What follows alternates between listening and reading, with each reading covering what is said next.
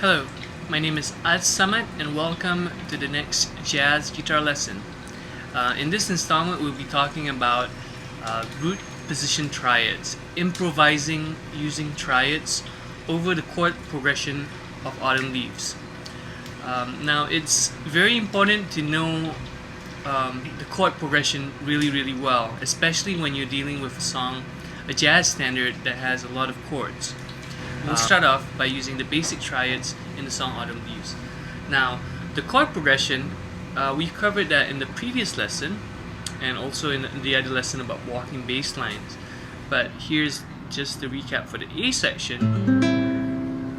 We have these chords: A minor, D7, G major 7, C major 7, F sharp minus 7 flat 5, B7, E minor.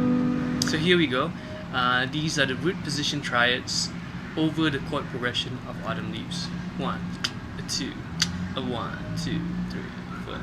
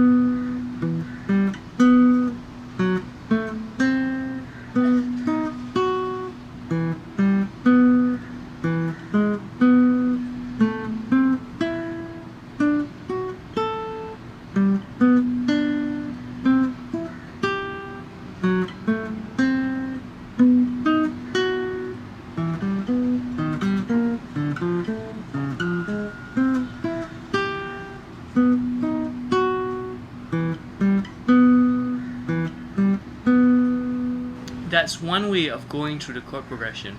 Now, I'm going to point out a little bit. There's a section at the back when it goes to E minor, E flat 7, D minor, D flat. Then here I went. The C major, I could have also gone here to this C major, to this B, then. So that's an option as well. The reason what I've written here, what I've written out, typed out in the PDF file, is one version of it. There's many ways to play A minor, for instance. It doesn't have to be here. It could have been here. It could have been here. But the idea is, when I do it here, I'm relating it to a chord. I'm relating it to this chord shape. And when I go to D7, I'm comparing it to this shape: G major, C major, F sharp minus 7 flat 5,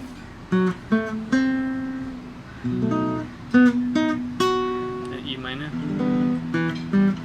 E7. Now, the reason is you want to view them as a matching pair. For every chord, we should have the arpeggio shape around it.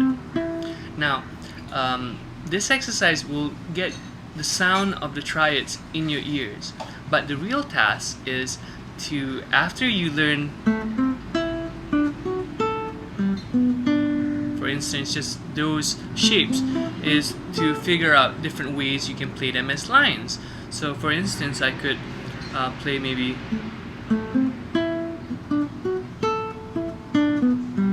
so here I play them just like with a little bit more rhythmic feel, with the swing rhythm thing.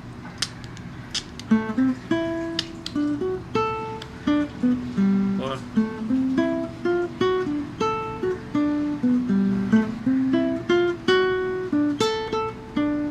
here I'm using a passing note to approach this. So any of these notes can be approached by a chromatic note. Approach from below.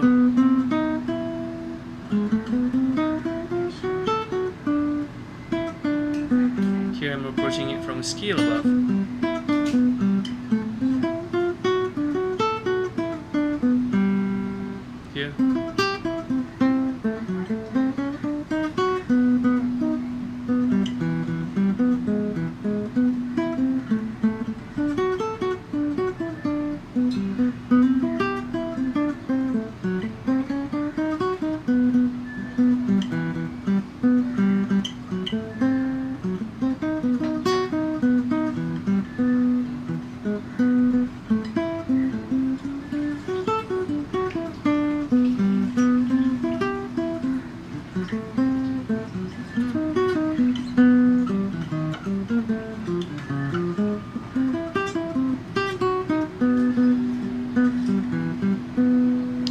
what I'm doing is I'm just freely using the same shapes.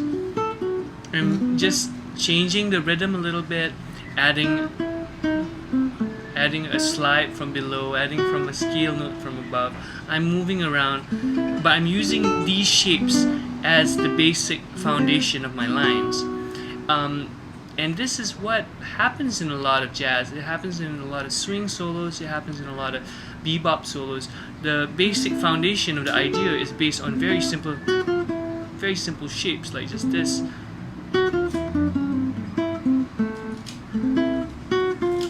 Approaching it.